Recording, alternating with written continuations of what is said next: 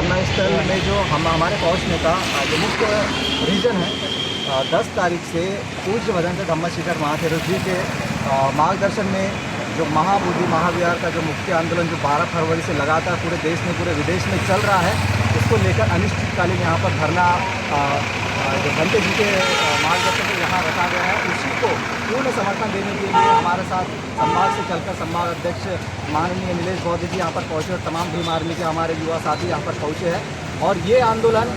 तब तक यूँ ही चलता रहेगा जब तक जो है महाबोधि महाविहार को पूर्ण रूप से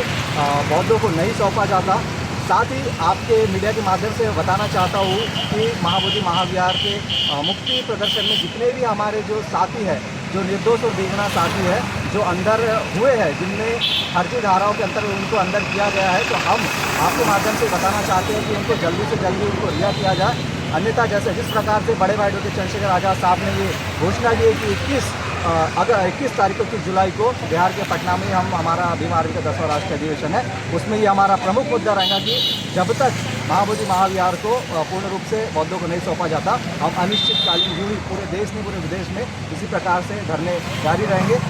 इसलिए हम यहाँ पर भी धरने को समर्थन देने के लिए लगातार यहाँ पर हम आते रहेंगे और पूर्ण रूप से हमारा समर्थन है।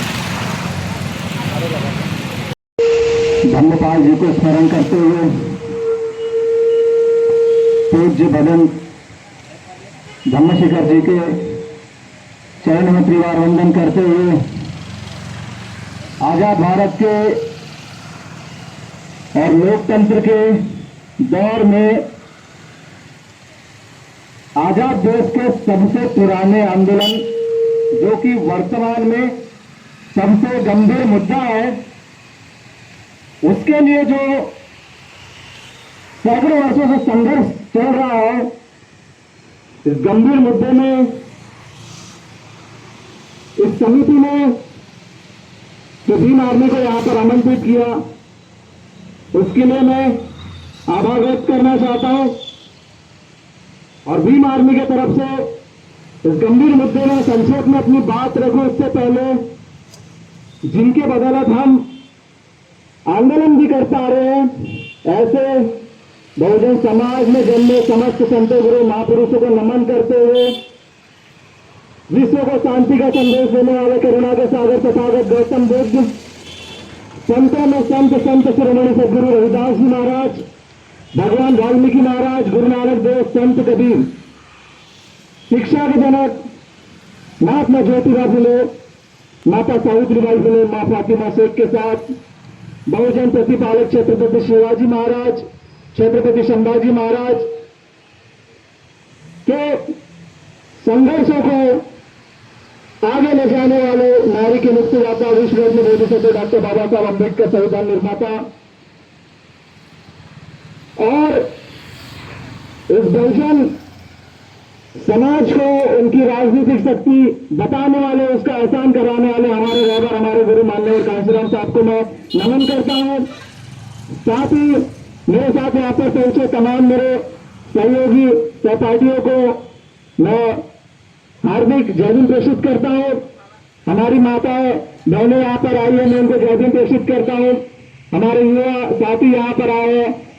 मैं उनको जय भीम प्रेषित करता हूं। हमारे बुजुर्ग मार्गदर्शक है, मैं उनको जय भीम प्रेषित करता हूं। ये जो गंभीर जो मुद्दा है, इसकी शुरुआत 1892 में, जैसा कि मैंने बताया, अनावाई धम्मपाल जी, उसके बाद सन 1992 में 100 साल बाद पुनः महाबोधि महाविहार मुक्ति आंदोलन की शुरुआत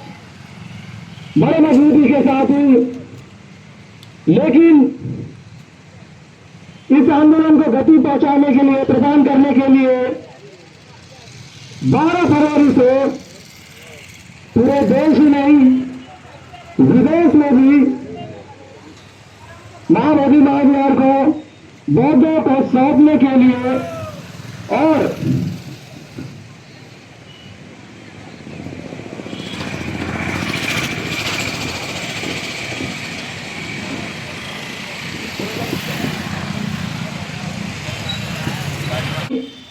लगातार आंदोलन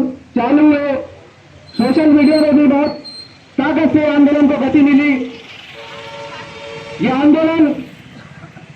गैर संवैधानिक है, माफी चाहूंगा, ये बीटी एक्ट जो है ये गैर संवैधानिक है। और जैसा कि आजाद भाई ने बताया कि संविधान लागू होने के बाद में आर्टिकल 13 में जो प्रोविजन है कि उसके बाद अगर किसी भी उससे 1950 से पहले अगर किसी भी कानून बनते हैं तो स्वतः निरस्त हो जाएंगे। उसी आधार पर आर्टिकल 26 भी ये बोलता है कि जो जिस धर्म के हैं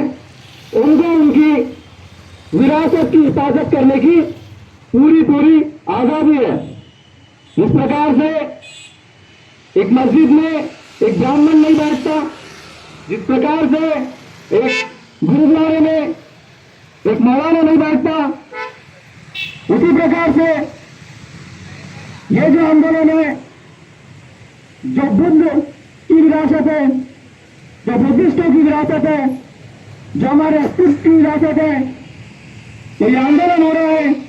कि जो बीटी एक्ट में जो गैर बौद्धों को शामिल किया गया है उनको हटा करके इस एक्ट को रद्द करके जो पूरा का पूरा जो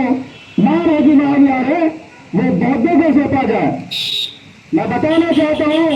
कि आजाद भारत के बाद अभी शादी अभी जो चल रहा है, अभी संविधान है, लेकिन फिर भी ये बीटी एक्ट को लागू करके रखा जा रहा है। तो कहीं ना कहीं ये तानाशाही जो केंद्र की सरकार है, ये बिहार की सरकार है,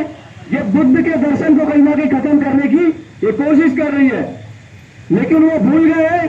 कि उनके बाप दादा ऐसे कई शंकराचार्य आए और मिट्टी में मिल गए, लेकिन बुद्ध के दर्शन को वो खत्म नहीं कर पाए। इनमें दम नहीं है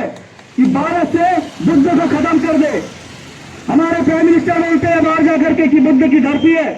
वो केंद्र में बैठे, लेकिन फिर भी बुद्ध की विरासत को बुद्धिस्टों को नहीं सौंप रहे हैं, तो ये बहुत शर्म की बात है। और हमारे लोगों को जागरूक होना चाहिए, खासकर कि युवाओं को इस बात को ध्यान में रखना चाहिए कि हमको संविधान विरोधियों के और खासकर कि जो हमारे विरासत के जो विरोधी है उनके खेमे में जाकर के कभी खड़े नहीं होना चाहिए। आज हम जैसे आजाद भाई ने बोले कि आज सही में हमारी गवर्नमेंट रहती वहां पर, तो आज हमारी विरासत, आज हमारा जो महाबोधि महाविहार है वो हमारे अंदर में रहता। साथियों, इस लड़ाई में भीम आर्मी भारत एकता मिशन, भीम आर्मी चीफ बड़े भाई डेविड चंद्रशेखर आजाद साहब नगीना सांसद, भीम आर्मी के राष्ट्रीय अध्यक्ष बड़े भाई विनय रतन सिंह जी के साथ में भीम आर्मी संभाग जबलपुर से संभाग बालाघाट की तमाम टीम इस धरने को पूरे तन मन धन से पूरे सहयोग देती है। और जब तक ये बीटी एक्ट 1949 ये रद्द नहीं हो जाता और महाबोधि महाविहार को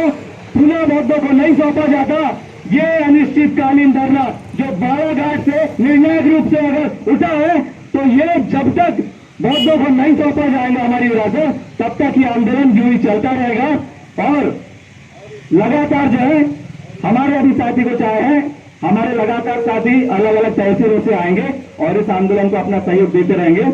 इतना कहकर मैं अपनी वादी को विराम देता हूं। नमो बुद्धाय, जय भीम, जय श्रीराम।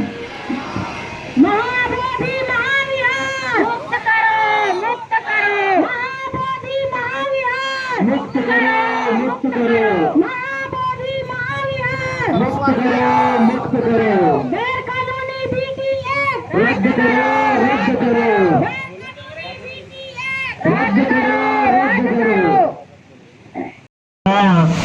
मेरा नाम नीरज बुद्ध है और मैं भीम आर्मी भारत एकता मिशन सामाजिक संगठन से संभाग अध्यक्ष पद पर नियुक्त हूँ। मैं अपने विचारों को आप तक पहुँचाने से पहले विश्व को शांति का संदेश देने वाले महाकारुणिक